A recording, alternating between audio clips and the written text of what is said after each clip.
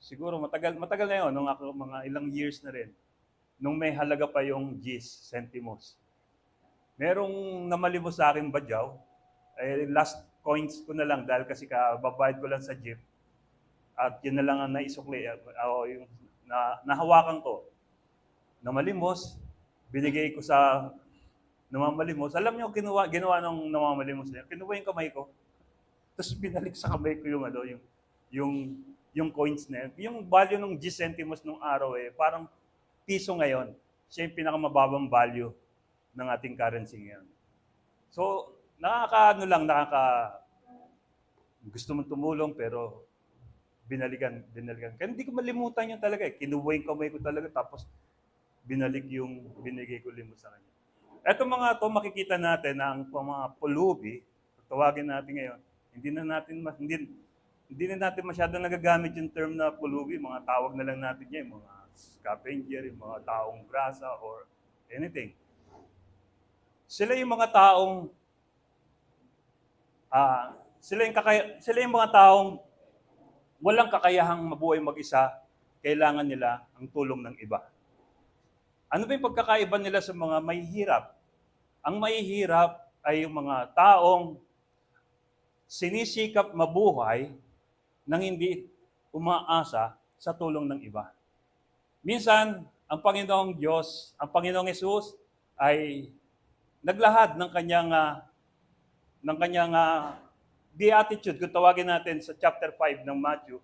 Meron siyang, kung tawagin natin itong chapter 5 na to is beatitude. Ito yung ibig sabihin, ang mapalad. Kaya sabi niya minsan, napatingin siya, ang lahat ng mga lumalapit sa kanya during that time, yung Sermon of the Mount, halos yung mga taong may hirap, yung mga taong wala nang ibang inaasahan, o yung talagang mga taong very available yung time. Wala kang makikita mabanggit doon na mayaman tao, dahil mga mayayaman kasi masyadong very busy yun sa kanilang mga oras. Ang mga oras nila ay kanilang ginagamit tuwina at talagang hectic kung tawagin natin ba ang mga schedule nila. Kaya wala silang pa time na lumapit sa Panginoon during that time. Kaya yung mga mahihirap lamang ang lumalapit sa Panginoong Jesus. At nakita ng Panginoong Jesus ang sitwasyon ng mga mahihirap ito. Alam nyo, may sinabi siya tungkol sa mahihirap nito. May I invite everyone na tayong lahat ay tumayo, ating basahin ang sinabi ng Panginoon tungkol sa mga mahihirap.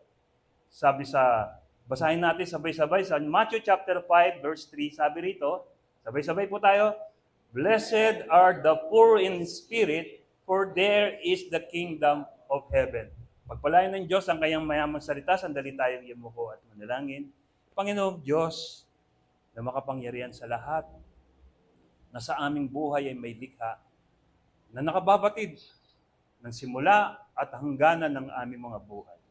Maraming salamat po sapagkat niloob mo na kami ay mag-exist sa mundong ito. You said in your word, Panginoon, bago kami pa lamang malagay sa sinapupunan ng aming mga magulang, ng aming ina, kilala mo na pa kami.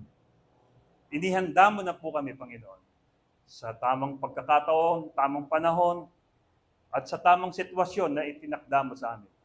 Kami po ay tunay na nagpapasalamat sa iyo. How much more, Panginoon, inihanda mo pa rin po kaming lahat upang dalhin sa inyong kaharian, in your kingdom, O Lord God. Isang napakalaking pribilehiyo sa buhay ng bawat isa po sa amin, na kami po ay mapabilang sa inyong kaharian, O Lord. Samahan po nawa kami ng iyong Santong Espiritu sa pag-aaral namin at pakikinig ng iyong mensahe sa oras na ito. Biyayaan kami, Panginoon, ng attentive spirit. Biyayaan kami, Panginoon, ng patuloy na kauhawan sa iyong salita at kasabigang sa iyo ay maglingkod. Biyayaan din nawa kami ng Santong Espiritu ng kapangyarihan, O Lord God, upang kami po ay mag-iba yung lakas ang aming pananampalataya at may bahagi rin po namin ang katiyakan ang aming katiyakan sa iyong kaharian, O Lord. Maraming po salamat at habang kami nakikinig ng taimtim sa iyo, Lord, nawa po ikaw ay patuloy namin maparangalan at mapapurihan. Ito po ang aming nagkakaisang panalangin, Ama, sa matamis at makapangyarihang pangalan ng aming Panginoong Yesus. Tayong lahat ay magsabi ng Amen. Amen.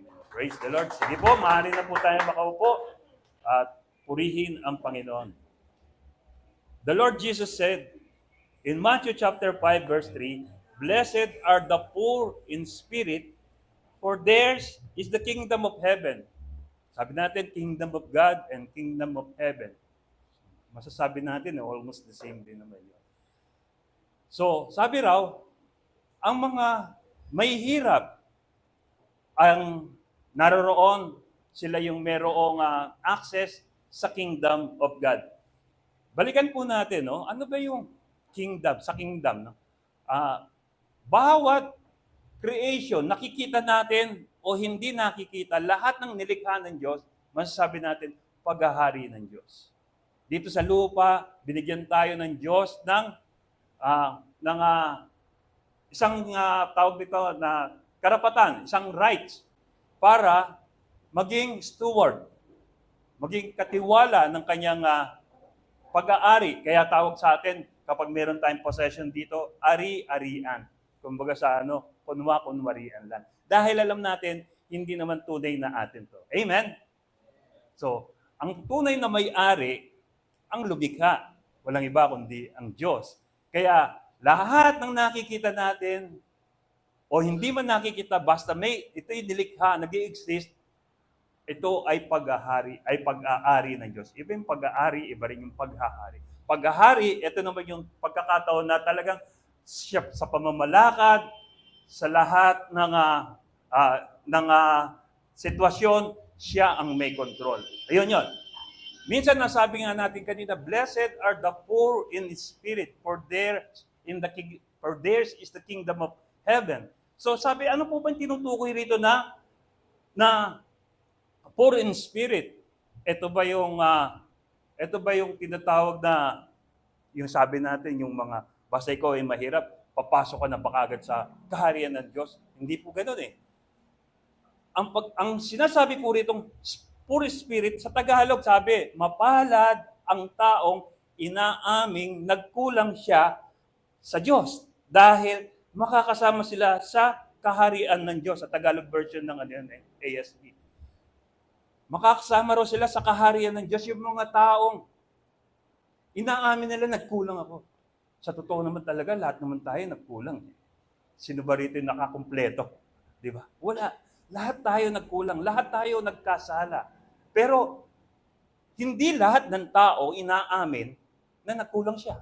Amen? Yung mga taong inaamin nila na nagkulang siya, nagkasala siya, at kailangan nila ng kapatawaran, ito yung mga taong tinutukoy rito na poor in spirit. Amen? Amen. Yun po. And at the same time, poor in spirit is not about financially poor. Yung porke wala ka ng pera, wala ka ng mapambili ng pagkain, o yung pambili ng kanin, man lang, o bigas, yung poor. Hindi po. It is not about the financially poor na tinutukoy. It is not about poor in material possession. Porque wala kang TV, porque wala kang cellphone, mahirap ka na. Hindi po ganun na tinutukoy rito. It is about people who want God to take over their life. So, ibig sabihin, ito raw yung mga tao, yung poor in spirit, ito raw yung mga tao, gusto nila na ang Diyos na ang mag-take over ng buhay nila. Mula ngayon, Panginoon, ikaw na maging Panginoon ng buhay ko. Hindi na ako masusunod sa sarili ko, kundi ikaw na.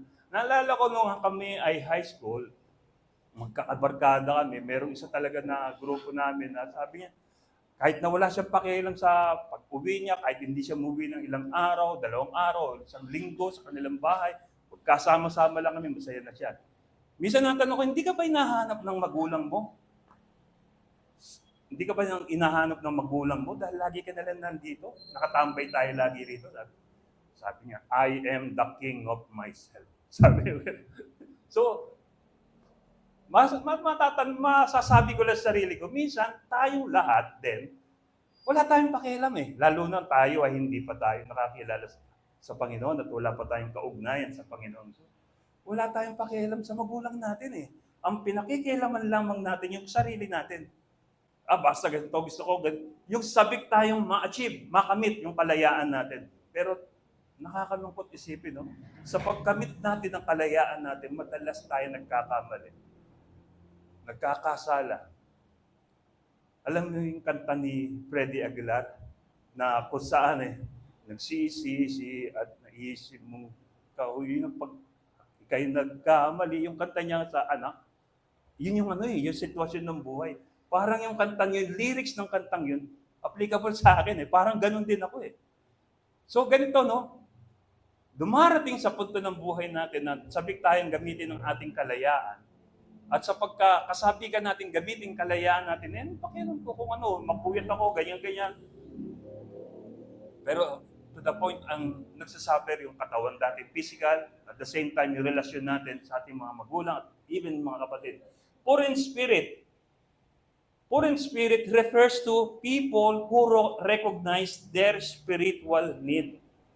Ang mga taong inaaming nagkulang sila, kailangan nila na Diyos sa buhay nila. Kailangan nila ng tutulong sa buhay nila. At ang kailangan nilang tutulong sa buhay nila yung pinakamakapangyarihan sa lahat. Walang iba kundi ang Diyos. And that is poor in spirit. Taong walang inaasahan kundi ang Diyos.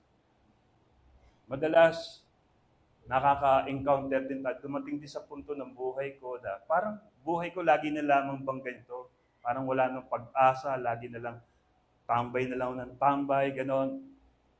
Hanggang sa, parang tingin sa sarili, parang wala na yata akong pag-asa na gano'n. Kaya, alam niyo po ba, dumarating sa punto ng buhay ko na yung spirit of suicide, parang gustong dumating din sa punto ko na. Sabi ko, parang baliwala naman ako sa magulang ko. Sabi ko, dahil mas binibigyan nila ng importansya yung kuya ko. Nagtatabi pa ng ulam yun. Tapos kami, sabi ko, para malaman niya na yung kahalagahan ko, sabi ko sa sarili ko, yun yung demonyo nagdidisip sa akin. Magpakamatay ka na lang. Hahanapin nila yan, tapos iiyak din sila sa'yo pagdating ng araw. Doon makakabawi ka, makakapaghiganti. Pero hindi ko in-entertain yun Sabi ko, okay, iiyak sila. Ilang araw. Sumunod na araw, wala na. Nonood na ng mga TV kung ano na gagawin nila, di ba? So, sayang ang buhay. Pero habang lumilipas ang panahon, unti-unti ang Diyos kumikilos. Namin ko sa sarili ko, ganito na lang ba lagi ang buhay ko? Pero hindi.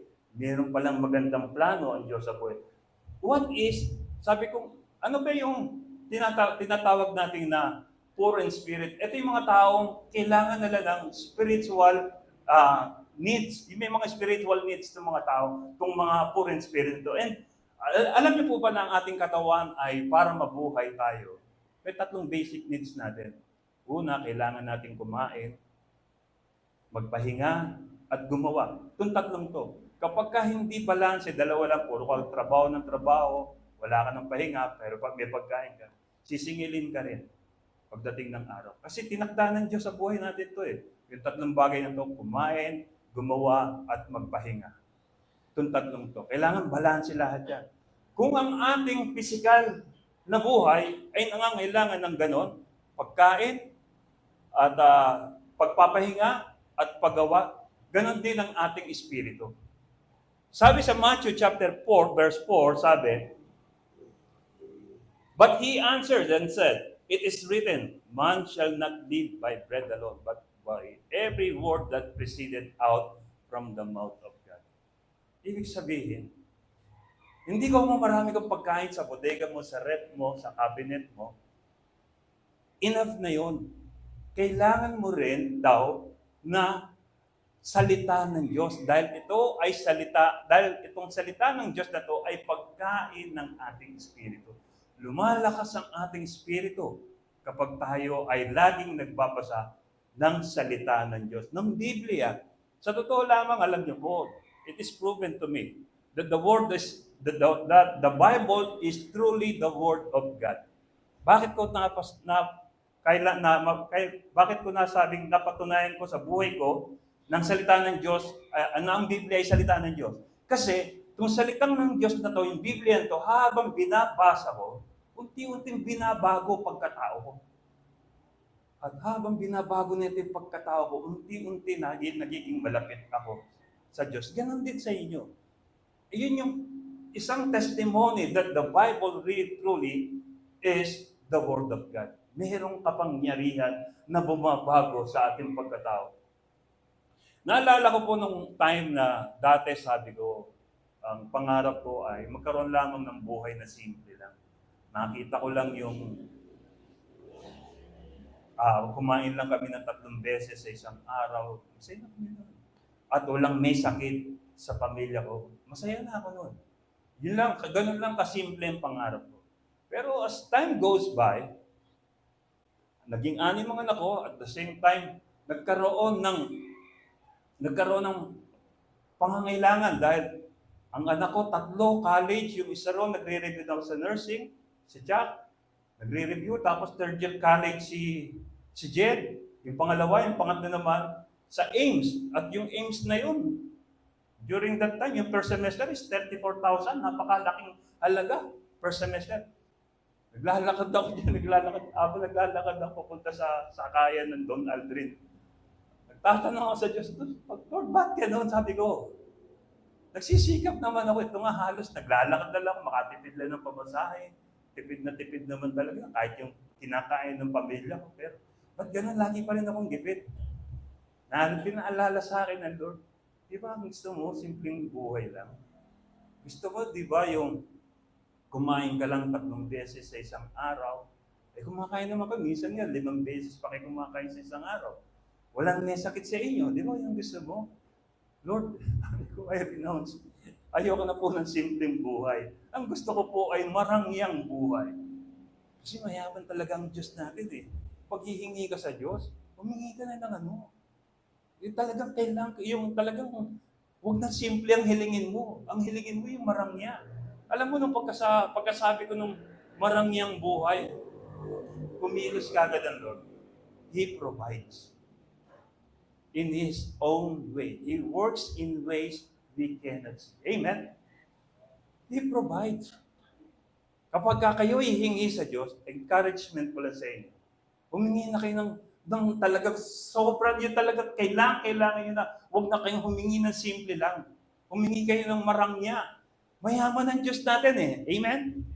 Mayaman ang Diyos natin. Sabi natin kanina, kailangan para yung spiritual needs natin is kailangan ito yung laging pinapakain yung espiritu natin ng salita ng Diyos sa Matthew 4 verse 4. At pangalawa sabi, kailangan natin gumawa. Yung espiritu natin kailangan gumawa. How? Sabi sa 2 Timothy chapter 4 verse 2, preach the word. Be prepared in season and out of season, correct, rebuke, encourage with great patience and careful instruction. Preach the word. Yun yung gawa natin. Sinishare natin yung word of God. Kahit minsan hindi natin kakilala, basta nakakatabi natin, sinishare natin to. Bakit niloob ng Diyos na mga katabi mo yan? Sa upuan? O yung mga kasama mo lang sa isang sitwasyon? Bakit niloob ng Diyos? He has a purpose. And what is that? Para i-share mo yung word of God. May kaklase ka, kasama mo siya, lagi. Anong purpose nun? Para i-share mo yung word of God. Kasi, tandaan niyo, sayang naman kung yung word of God na narinig niyo, na nagpabago sa buhay niyo, at nakatanggap kayo ng galak sa puso niyo, itatago niyo lang sa bulsa niyo, sayang. Pero kung ginagawa ninyo na isineshare niyo yung word of God, no matter what happened, kahit i-reject ka nila, ipahiya ka nila at sineshare mo ang word of God, even sa mga co-workers mo na isishare mo to, ng buong galak, naniniwala ako, hindi ito mababaliwala. Kasi hasik ka lang ng hasik ng seeds. Alam mo na binigyan ng illustration ng salita ng Diyos ay parang binhi na inihahasik natin sa mga lupa. Yung mga lupa na tinatawag din yung puso ng mga makikinig. Pero darating at darating ang araw na yon, yung seeds na yon, uusbong. At darating yung araw, mamumunga. Kaya, Ano man ang sitwasyon, may kasama ka, bago kang kakilala, share mo yung Word of God. Anong malay mo? Yung kausap mo pa lang yun na inilapit sa iyo ng Diyos, nangangailangan ng encouragement from the Word of God. Anong malay mo? Yun na yung last day niya at hindi mo pa na-share yung Word of God. Pagdating ng araw, sayang yung privilege na binigay na sa iyo ng Lord. And at the same time, pangatlo, para daw ang ating espiritu, yung pangangailangan ng ating espiritu ay, sabi kanina, kumain, gumawa, at yung pangatlo, magpahinga. Sabi rito sa Matthew chapter 11, verse 28, ito, alam natin, kabisado natin ito. Come to me, all you who are weary and burdened, and I will give you rest. Sino raw magbibigay ng kapahingahan sa atin? Ang Panginoong Hesus.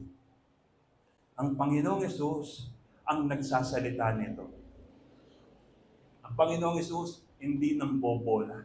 Nagsasabi siya ng totoo. Minsan, maraming, lalo na yung mga masyadong abalang mga tao na sa pagpapayaman, sa pag-achieve na marami nilang mga profession, pagpapaganda ng kanilang pagkatao, yung marami silang makuha mga achievements in life. Sila yung mga taong naghahanap ng kapahingahan. Pero marami silang ginagawang paraan. Yung iba nagpupunta sa mga bar, mga KTV, yung iba nagpupunta sa mga concert, yung iba naman sa mga casinos, para lang makachieve nila yung kapayapaan. Pero hindi. The peace that I give to you is not like the peace that the world gives.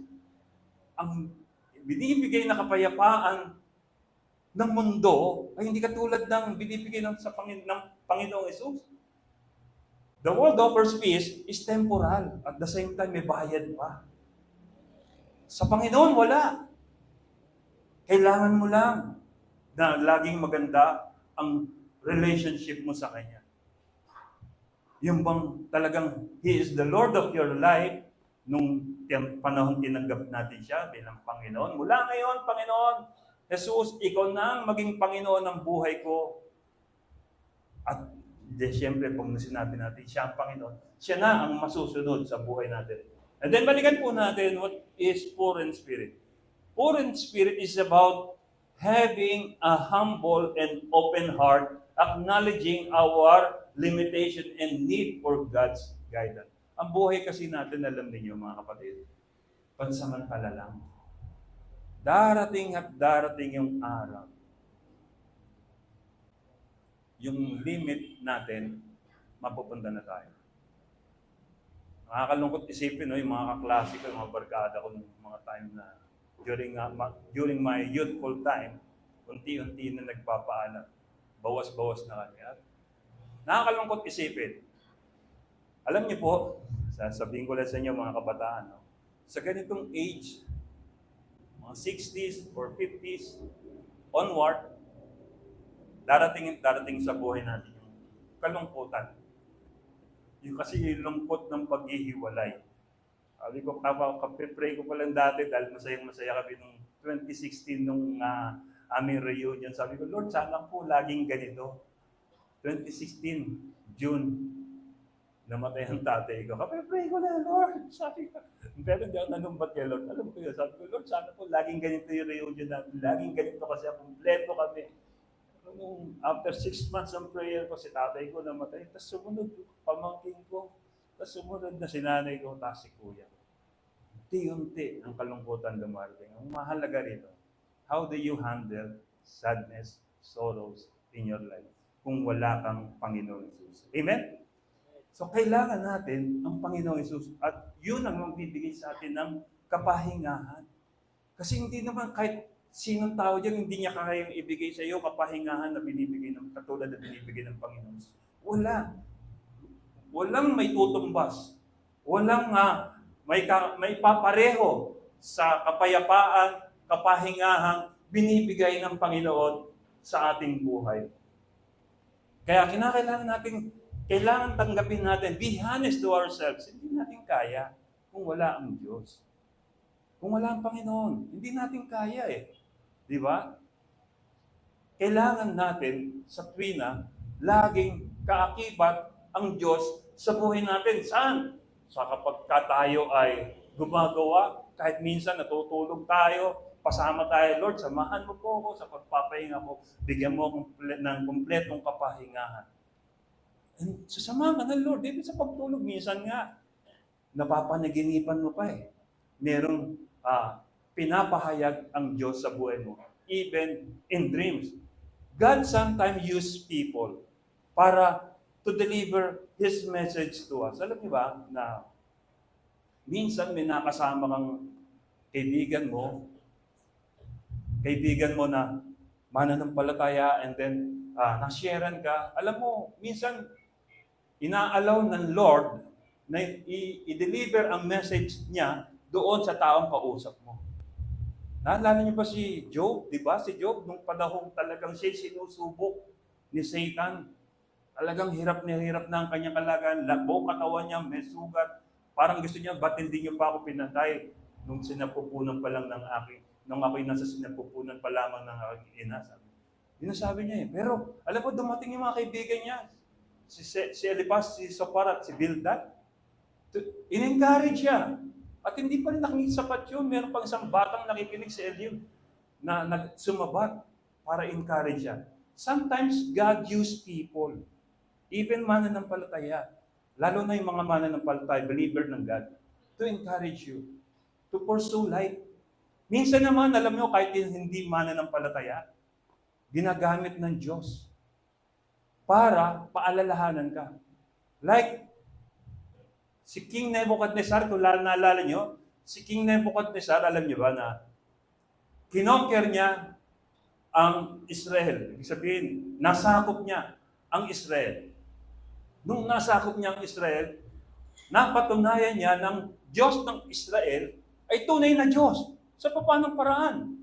Nakita niya na talagang si Daniel, yung panaginip niya na pinapa-interpret sa mga manghuhula niya, na kung saan sila na rin na magsasabi ng panaginip ni King Nebuchadnezzar, malabong mangyari yun eh. Sabi ng mga encantador during their time, sabi niya, walang makakaalam ng panaginip niyo at makapaghahayag niya maliban sa Diyos na lang.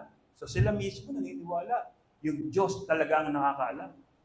Sabi ni King Nebuchadnezzar doon, sige na, nagsasayang lang kayo ng panahon at kayo ay hahatulan na, papatayin.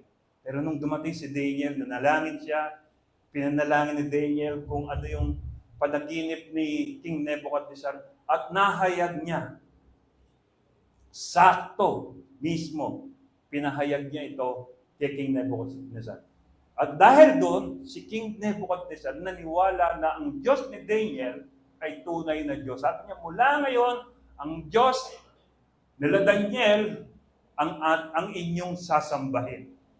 Di ba? Sometimes God use even pagan people para ipaunawa sa atin na ang Diyos natin ay tunay na Diyos na makapangyarihan sa lahat. He even use sometimes yung mga animal. Alam niyo ba yung minsan si Balaam papunta na kay Haring Balak para sumpain yung Israel. Sabi nung papunta pa lang siya, alam niyo ba, nakasakay siya sa donkey, sa asno.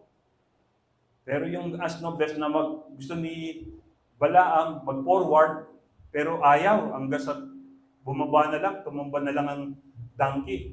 At pinalo niya, sabi niya. Alam niyo ba, nagsalita yung donkey, nakarinig na ba kayong gano'n, na hayop nagsalita? Pero dito sa Old Testament, sa pinagsalita ng Diyos, yung donkey. At sabi, bakit mo ba ako pinapalo?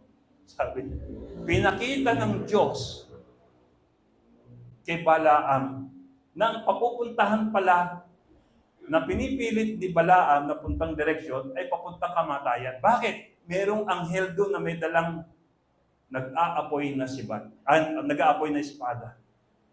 Pinakita. Sometimes, God used also yung mga hayop. Naalala ko po yung aso ko namin dati, si Tucci, nung time talaga lungkot na lungkot ako. Napansin yata ng hayop na yun nung aso na yun sobrang lungkot ko nung pagkamatay ng kuya ko.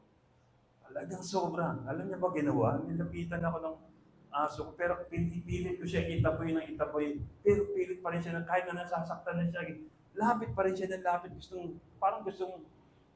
Gusto akong i-comfort. Meron din silang damdamin. Di ba? Kahit hayop. Kaya nga po, mga kapatid, yung sinabi ko kanina, He works in ways we cannot see. Para lamang tayo palakasin, pagtumibayin ang ating pananampalataya sa Diyos.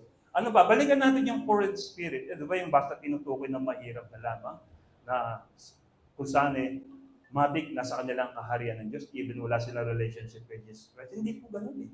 Ang tinutukoy natin dito, balikan natin yung isang kwento, no? Merong isang sa chapter 19 ng hindi ko po nailagay dito, pero ito yung kwento yung chapter 19 verse 24 na may isang mayamang binata na lumapit sa Panginoon. So sabi niya, paano ko po makakamit, paano ba ako magkakaroon ng katiyakan patungo sa kaharian ng Diyos? Sabi ng Panginoong Hesus, alam mo yung kautusan? Opo, mula pa nung bata ako, hanggang ngayon, sinusunod ko po yung kautusan na yan. Tinignan siya ng Panginoong Hesus. At nung pagkatingin sa kanya ng Panginoong Hesus, nakita niya kung ano yung nakaluklok sa puso ng binatang mayaman na yun. All of his life ay nagpayaman siya talaga. Yun ang nakaluklok sa puso. Sabi ng Panginoong Hesus, yung mga ari-arian mo, ipagbili mo. At yun na pagbilhan, ibigay mo sa may hirap. Nalungkot yung binatang mayaman. Hindi niya kaya gawin. Yung pinaghirapan niya para ma-achieve yung kayamanan, ipagbibili niya at ibibigay sa mayaman. Alam niyo, ganito rin yan, nangyayari din sa sa hotel na nagtatrabaho. Minsan, dumating yung mga VIP guests, yung alam ng mga waiter na talaga malakas magbigay ng tip. Lalapitan ako. Brother Jess, halimbawa, sila Ramon Ang o sila Saraw, dati, malalakas pagbigay ng tip yan. Andiyan sila, yung VIP natin. Lutuan mo ng special. Sige, alam ko mga kailangan yan. Luto ko. Pagluto ko, natuwa yung VIP guest. Nagbigay ng tip ngayon sa waiter. Tapos tong waiter na to, hindi ko na nakita. Hindi man lang, yung bang binigay na pabuya sa kanya, hindi niya naalala. Yung mga tao kasama niya rin na tumarabaho ron. Minsan, alam niyo, mahirap nang ibahagi yung bagay na ibinigay na nasa iyo na. Katulad nitong binatang mayaman. Na-achieve na niya yung possession na do at hirap siyang ipamahagi. Kaya nga sa totoo lang, dito sa lugar natin, sa bansa natin, di ba? Sobrang yaman na, billion-billion na. Nanduduga pa rin sa mga project, di ba? Bakit? Anong meron sa kanila? Yun yung thirst of having more. Yung talagang sobra na sa sobrang pagkagahamat, pagkagumon ng pangangailangan nila. Hindi iyon ang mga bagay na makapagsasatisfy at makapagkokontento ng kanilang mga buhay. Ano? Yung relationship natin sa Panginoon. Sabi nga ng Panginoon, it is easier for a camel na pumasok sa butas ng karayom kaysa yung mayaman pagharian ng Diyos. Masyadong mahirap yung camel, papasok sa ang liit-liit ng butas ng karayom. Hindi po yun ang tinutukoy. Kasi merong gate sa Israel na talagang gano'n lang. Maliit lang na kung saan parang yuyuko ka pa para makapasok ka. At ngayon, para ipapasok mo yung camel, may buntok yung sa likod at taas-taas ng kailangan ipaupo mo yung camel. Siguro, gagapang-gapang na lang ganyan yung camel para makapasok. Pero it takes so much time and effort para makadaan doon yung camel. Yan yung sinasabing eye of a needle. Kaya mahirap para sa isang mayaman na mapagharian ng Diyos. Bakit? Lahat kasi ng panahon niya, oras niya, ginugugol niya sa pagpapayaman. Pero hindi naman natin sinasabi po, kaya mayaman ka, hindi ka na makakapasok sa kaharian ng Diyos. Alam naman natin na susi, di ba? Kamakailan, napakinggan natin ano ba yung mga susi patungo sa kaharian ng Diyos. Di ba? Sabi, faith, repentance, and obedience. Di ba? Napakinggan natin yan weeks ago. Kaya, yun, ang mga kailangan para ma-achieve mo, yung makapasok ka sa kaharian ng Diyos, yung relationship mo sa Panginoong Hesus. Dahil, ang kaharian ng Diyos ay dinisenyo ng Diyos para na rin sa atin. Amen? Ang laking pribilehiyo para sa atin, no? At ang laking kasayangan kung hindi natin o kung hindi nila ma-achieve o yung makakamit yung access doon sa kaharian ng Diyos. Kaya po yun ang trabaho natin, to remind them na mayroong kaharian ng Diyos na naghihintay sa kanila. Amen po ba? Yun po. So sabi rito, no, even yung prayer, di ba, yung the Lord's Prayer sa Matthew chapter 6 verse 10, sabi, your kingdom come, your will be done on earth as it is in heaven. Ang kaharian mo ay mapasa amin. Mapapasa amin lamang to kung sinusunod natin ang kalooban ng Diyos. Sundin ang loob mo dito sa lupa para nang sa langit. Di ba? Dumarating yung time, minsan sa buhay natin, sarili natin na sinusunod natin at hindi kalooban ng Diyos. Every time na meron tayong gagawin, kailangan meron tayong tanong lagi. Lord, kapag gagawin ko ba ang bagay na to, is it your will, O God? Does it glorify you, Lord, kapag ginawa ko ito? Yun yung mga kinakailangan natin tanong. Kapag alam mo hindi makapagbibigay ng glory kay Lord, huwag mo nang gawin. Di ba? Kapag alam mo hindi siya masisiyahan, sa gagawin mo, huwag mo na ituloy. Kaya alam mo, minsan, ginagawa natin, nilalagyan natin ng face mask yung mata natin at ginagawa pa rin natin, Lord, alam ko na, pagbibigyan mo, ngayon lang to, Lord. Hindi ganon. Ang gusto ng Diyos, alam mo yung mabuti, gawin mo agad. Alam mo yung masama, huwag mong gagawin. Alam mo yung ayaw ng Diyos, huwag mong gagawin yung ayaw ng Diyos. Dahil magkakasala ka lang. Kaya nga po, sabi dito kung naalala niyo po, bakit nagkaroon ng hari ang Israel? Dati wala namang hari ito. Alam mo, namumuno dati sa mga hari na sa Israel during that time is yung mga judges. At ang kahuli-huli ang judge, nung panahon yun, bago magkaroon ng hari, walang iba kundi si Samuel. Si Samuel, ginagalang ng mga Israel. Pero yung mga anak niya, hindi naging mabuti. Hindi tinularan si Samuel. Kaya dahil doon, naging corrupt yung mga anak ni Samuel. Nalimutan ko yung pangalan ng dalawang anak ni Samuel. Pero yung dalawang anak niya ito, hindi tumulad kay Samuel. Naging corrupt itong dalawang ito. Dahil doon, nagalit ang mga taga-Israel. Sabi niya, bigyan mo na lang kami ng hari. Hari. Nag-request sila ng hari. At dahil doon nalungkot si Samuel. Kasi alam naman ni Samuel, ang naghahari na, ang Diyos. Ba't kailangan pa ng haring tao? At the same time, nandun naman yung, kaya lang sana, hindi nga lang yung mga anak niya naging suit o nagiging karapat-dapat na ahalili kay Samuel at hindi tinatanggap ito ng taong bayan ng Israel. Kaya sabi ng encouragement ng Lord, nalungkot din ang Lord, ang God. Bakit umihingi pa sila ng hari? Ayun na nga ang Diyos nangungusap sa kanila. Yun yung hari nila eh.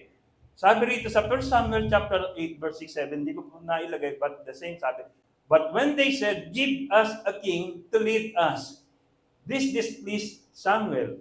So he prayed to the Lord, and the Lord told him, listen to all that the people are saying to you. It is not you they have rejected, but they have rejected me as their king. Hindi ikaw ang tinatanggihan nila. Ako, sabi ng Diyos, bilang hari nila. Ayun sa 1 Samuel chapter 8, verse 6-7, hindi ko po nailagay dahil last minute po na ibigay sa akin ng Lord ang message na to. Sabi niya, hindi ikaw ang inaayawan nila. Ako. Pero sundin mo kung ano gusto nila. Kaya nagkaroon ng hari ang Israel. And ang unang hari ng Israel, si King Saul, Una, naging karapat-dapat siya, pero bandang huli, hindi. Kaya pumalit, second, naging pangalawang king ay si King David. Kaya after the book of 1st and 2nd Samuel, ang sumunod na books sa Old Testament, 1st Kings and 2nd Kings. And that is yung pagkakasunod-sunod. Yung 1st Kings and 2nd Kings na book sa Old Testament, sinulat ito ng mga hari. At sa pamamagitan ng kanilang mga tagapanulat. Now, sa Matthew chapter 7, verse 21, sinabi rito, hindi ko mo tumatawag ka sa Panginoon. Panginoon. Mapapabilang ka na sa kaharian ng Diyos. Sabi rito, no? Matthew chapter 7, verse 21, not everyone who says to me, Lord, Lord, will enter the kingdom of heaven, but only the one who does the will of my Father who is in heaven. So, yun lamang gumagawa ng kalooban ng Diyos ang makakapasok sa kaharian ng Diyos. Ano ba yung mga kalooban ng Diyos na dapat nating gawin? Ano ba yung mga hindi niya kalooban? Pero ito sabi, tumatawag sila, Lord, Lord, Lord, di ba? Pero sabi niya, in verse Corinthians chapter 6 verse 9, sabi, wrongdoers will not inherit the kingdom of God. Do not be deceived. Sabi natin kanina, hindi lahat ng tumatawag ng Lord, Lord, sa akin ay makakapasok sa kaharian ng langit, kundi yun lamang gumagawa ng kalooban ng Ama, ng Diyos Ama sa langit. Lord, did I not prophesy in your name? Did I not heal those who are sick in your name? Sabi niya, hindi ba kami yung mga taong nagpalayas ng masamang demonyo, ng mga masamang espiritu, yung mga inaalian ng Diyos, ng mga inaalian ng masamang demonyo, ng masamang espiritu, di ba pinalayas namin ito sa pangalan mo? Sabi ng Panginoong Jesus, away from me, lumayas kayo sa harapan ko. Kayong mga gumagawa ng katampalasanan. Ang ibig sabihin, you can use the name of the Lord for power.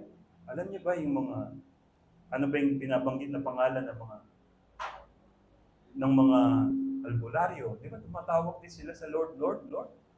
Pero sabi ng Panginoon, hindi lahat ng tumatawag sa akin ng Lord, Lord. At nakapagpalayas ka na kung ano, nakapagpagaling ka. Hindi yun eh. Sabi ng Panginoon, yun lamang gumagawa ng kalooban ko. Sabi natin kanina, wrongdoers, because wrongdoers, yung mga gumagawa ng mga masama, will not inherit the kingdom of God. Do not be deceived. There is a deceiver in our life. May mandaraya. Hindi ko mo natanggap na natin ng Panginoong Hesus bilang Panginoon natin at meron na tayong access sa kaharian ng Diyos ngayon, tumitigil na ang demonyo. No. Lalo siyang kumikilos, lalo siyang nakakonsentrate sa atin para papanghinain tayo, para dayain tayo. Tandaan niya. Alam niyo ba yung 2 King, pangalawang hari ng Israel? Si King David, he is a man after God's own heart. Pero bakit nagkasala? Di ba? Nagkaroon siya ng adulterous na buhay sa pamamagitan ng pagpatay niya pa sa asawa ni Bathsheba. Di ba? And even yung mga apostol, nagkasala. Si Peter, 3 beses, dininay si Jesus Christ. Si Judas, binenta ng 30 pieces of silver ang Panginoong Hesus. Ang mga iba pang mga apostol, nagtakbuhan ng pinapako na siya krus, si Jesus. Di ba? Lahat sila humiwalay, nagkasala. Lahat sila, matatawag natin, na-deceive ng kaaway. Kung sila, even sabi, maging maingat tayo because even the very elect will be deceived. Kahit na yung pinaka-apostol pa ay nadaya at hari ay nadaya, gaano pa kaya tayo? Di ba? Kaya, most of our life, para hindi maiwasan natin yung deception ng kaaway na to, magkaroon tayo ng intimacy sa Panginoong Jesus. Pag nagkaroon tayo ng intimacy sa Panginoong Jesus, hindi makakagawa ng butas ang demonyo sa buhay natin para dayain tayo. Tandaan po natin yun. Kaya, the thing is, ano na ba ang relasyon mo sa Panginoong Jesus? Sabi natin kanina, wrongdoers will not inherit the kingdom of God. Sabi rito sa Romans chapter 14, verse 17, for the kingdom of God is not a matter of eating and drinking, but of righteousness, peace, and joy in the Holy Spirit. Yan.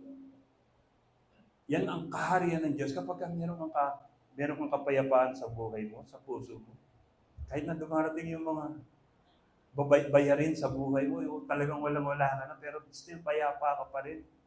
Yung hindi ka nagre-reklamo sa Panginoon, yung tingin mo, alam mo, sa mga nag-aaral, kita mo, pinakailan, mababa yung grades mo ngayon. Yung sa mga nagtatrabaho, hindi na-recognize yung extra mile mong trabaho. It doesn't mean for you to stop.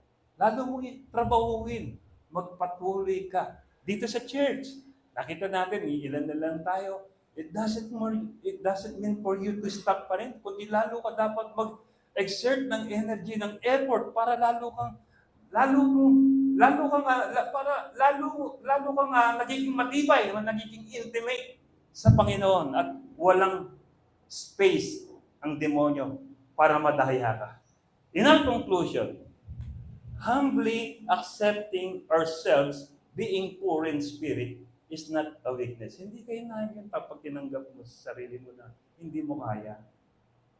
Pag tinanggap mo sa sarili mo na hindi mo kayang mabuhay nung wala ang Panginoon sa buhay. Hindi mo kaya. Pag hindi ito kahinaan, kundi ito isang kalakasan ng iyong espiritu ng pagpapatibay ng iyong ugnayan sa Panginoon. Because the kingdom of God is in the heart of every believer of God. Sino po rin yung mga believer ni Jesus Christ? Amen. Kung ang mga mananampalataya ito, naroon sa kanilang mga puso ang kaharian ng Diyos. Jesus is the King, their heart is their throne. Yung puso natin, yun yung trono, yun yung luklukan ng King natin. Yung King natin is the King of all kings and the Lord of all lords. The Lord of all, ang Panginoong Hesus. Kaya tandaan ninyo, ang mga puso natin, kung lagi nating minimaintain na malinis ang kaugnayan natin sa Panginoon, walang space para tayo ay madaya ng tao. And this is my challenge to everyone. How often do we try to prove ourselves to appear strong or self-sufficient? Gaano kadalas nating sinasabi sa sarili natin na malakas ako? Kaya ko to. Wherein in reality of life, kailangan mo ng tulong. Para tayo yung mga poor in spirit. Na kung saan pinangakuan ng Panginoong Hesus blessed are those who are poor in spirit, for theirs is the kingdom of heaven. Tayong lahat ay tumayo. Hallelujah. Patuloy tayo sa diwa ng pananalangin at ang kinin natin ng Panginoong Hesus ay nasa ating piling sa mga sandali. Hallelujah. Let us examine ourselves right now. Ano na ba ang kaugnayan natin sa Panginoon? Isang Panginoong Hesus pa rin ba ang Panginoon ng ating buhay? Siya pa rin ba yung King na nakaluklok sa ating mga puso? Every time He speaks, are you willing to listen to Him? Hallelujah. Panginoong Diyos, kami nagpapasalamat sa iyo sapagkat niloob mo, Panginoon, sa mga sandaling ito, magkaroon kami ng patuloy na pagtitiwala na when the time comes, Panginoon, kami ay makakasama mo sa iyong kaharian. At sa mga bagay na inyong pinagkatiwala sa aming mga buhay sa mga sandaling ito. You said in your word, ng lahat ay nilikha mo, Panginoon, nakikita mo ano, hindi, at kami ang ginawa mong steward, katiwala sa mga ginawa mo. Tulungan mo po kami na maging mabuting katiwala rito, Lord God. Upang ang mga kaharian mong ito, Diyos, ang mga pag-aari mong ito, Panginoon, ay patuloy namin mapangalagaan. Ganon din po ang buhay namin na pag-aari mo, O Diyos. Patuloy namin itong ingatan, patuloy namin itong kalingain, at ipagkatiwala sa iyo, Lord God. Sapagkat walang ibang mas mabuti na humawak ng buhay namin maliban sa iyo, Panginoon. Hawak mo ang umpisa at hangganan ng aming mga buhay. Lord God, anuman sa puso namin sa mga sandaling ito ang umaagaw ng atensyon sa iyo, Lord. Lord, gibain mo ito. Alisin mo po ito, Panginoon. Panginoon, naghahari man sa aming mga puso, Panginoon, yung sama ng loob, hinanakit, o galit, Panginoon. Alisin mo po ito sa aming mga puso. Palitan mo po ito ng pag-ibig, pagmamahal at pagmamalasakit sa aming kapwa at sa iyong dakilang pangalan. Sa mga pinagkatiwala mo po sa amin, inyong mga ministry, yung mga pinagkatiwala mo po sa amin na gampanin, Panginoon, sa iyong iglesia, Lord. Maging mabuti kaming katiwala, Lord. Hallelujah! Sa lahat ng mga kapatiran din po namin na hindi na po rin namin nakikita, Lord God, hipuin mo ang kanilang mga puso. Ano mang nabahagi namin pagpapala, ibahagi mo rin po sa kanila, Panginoon, sapagkat ito po ang nais mo, O Diyos, na kaming lahat ay magsama-sama sa iyong kaharian. Maraming po salamat, Ama. Sa iyo po namin binabalik, pinakamataas ng papuri, pasalamat at kadakilaan ng karangalan sa pangalan ni Jesus po ang aming dalangin. Tayo po lahat ay magsabi ng Amen.